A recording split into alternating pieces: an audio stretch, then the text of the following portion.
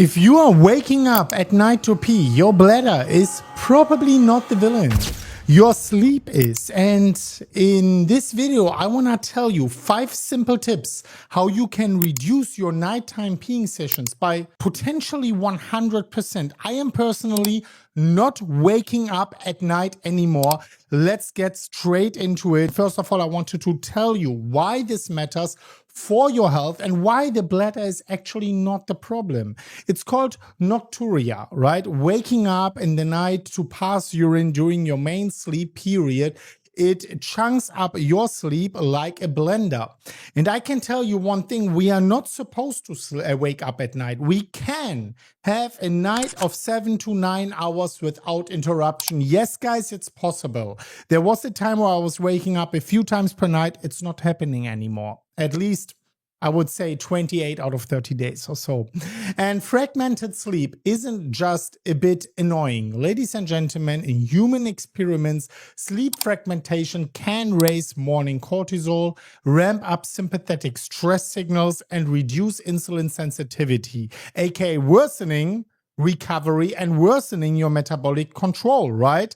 I want to tell you the top 5 tips right now to follow, and they are getting more strong as we are progressing.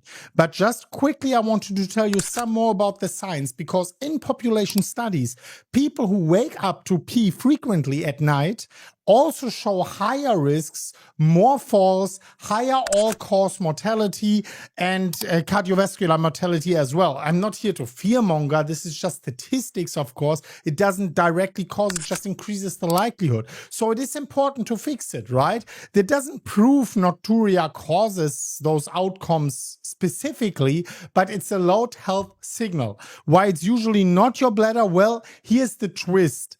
The pee is often the secondary event, right? Not the primary cause.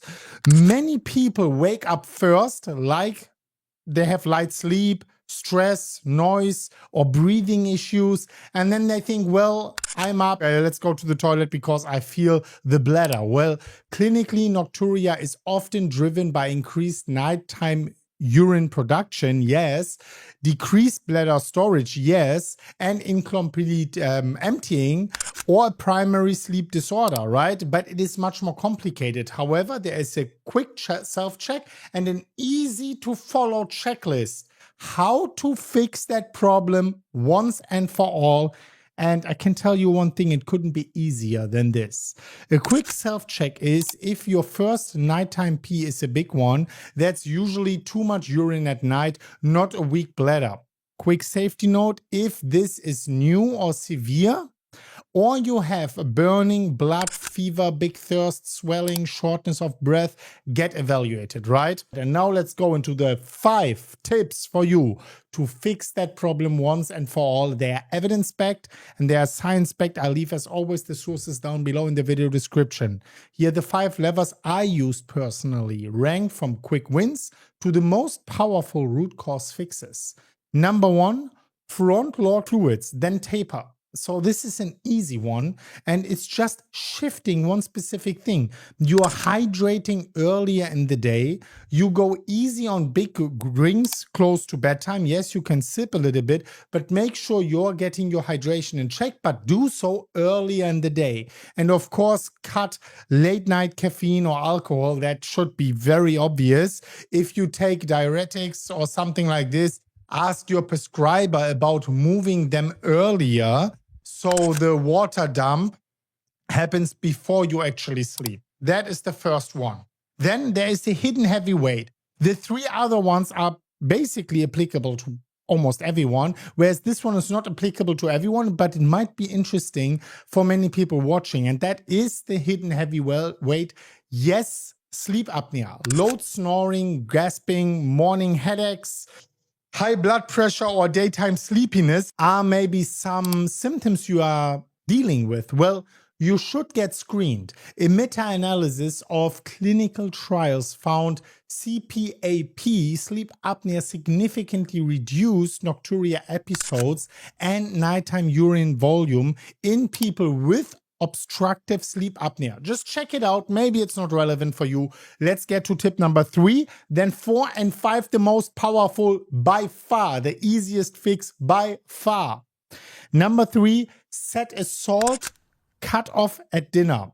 And that is interesting. In a cardiology clinic study, people who followed sodium reduction counseling dropped their median night trips from about 2.5 times, that is 2 times or 3 times per night. Really annoying if you think about waking up 2-3 times per night, to just 1. Less salt often means less nighttime urine. Don't get me wrong, salt is essential. I consume a lot of salt. Just consume it earlier in the day and less later on, as it binds water in your body. And then if you are switching that to earlier in the day, you can reduce the nighttime session significantly. Tip number 4, drain leg fluid before bed. If your socks leave dense, fluid can shift back into circulation when you lay down.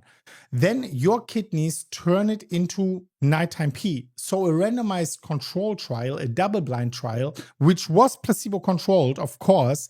I love these double-blind trials because they are controlling with a control placebo group whether this effect is actually coming from that one thing they are actually checking for.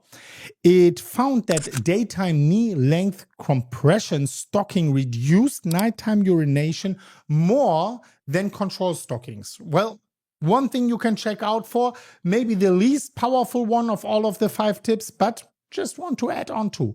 And now the last one, the most powerful one.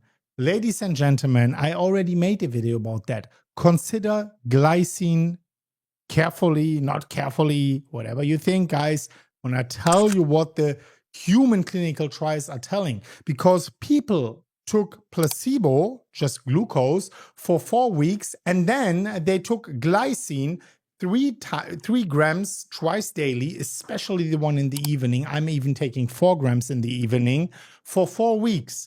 And nighttime urinations and sleep latency improved during these glycine phases significantly. I made a video which is popping up on top of the screen right now, where I'm explaining it a little bit more in detail. You should watch it. It's just an amino acid, but it's powerful AF.